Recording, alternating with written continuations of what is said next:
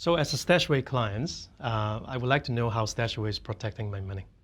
Yeah, that's a good question. So first and foremost, we are a regulated entity in each of the countries where we're present, in each jurisdiction. So for instance, in Singapore, we are regulated by the Monetary Authority of Singapore, or the MAS, as it's called. And in particular, in each of the countries, we have what is usually called a fund management license. In Singapore is a CMS license for retail fund management, which have very, very high standards of compliance. And we actually decided to go for that license versus simpler financial advisory licenses, also because of that reason. And some of the standards we need to comply with include having a custodian structure that protects client money all the time, having a very strict external audit be done on a periodic basis, having an internal compliance team as well as internal audit teams that actually look at what we do, our processes, our procedures, and make sure that everything will be scalable, as well as having minimum capital requirements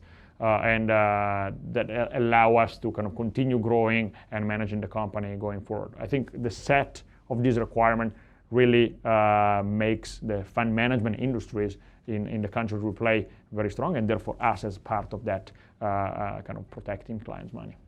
Let me maybe just elaborate briefly on, you mentioned the custodian structure and segregation of assets. So what actually happens is, as a customer, if you transfer money to one of StashAway's accounts to invest, the money is always kept in a custody structure that is segregated completely from the company's own assets or own balance sheet.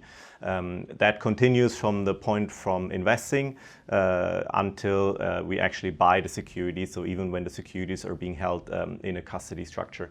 So that really safeguards the assets from anything that can potentially happen along the way, and that's one of the main ways actually how customers' assets are secured as well.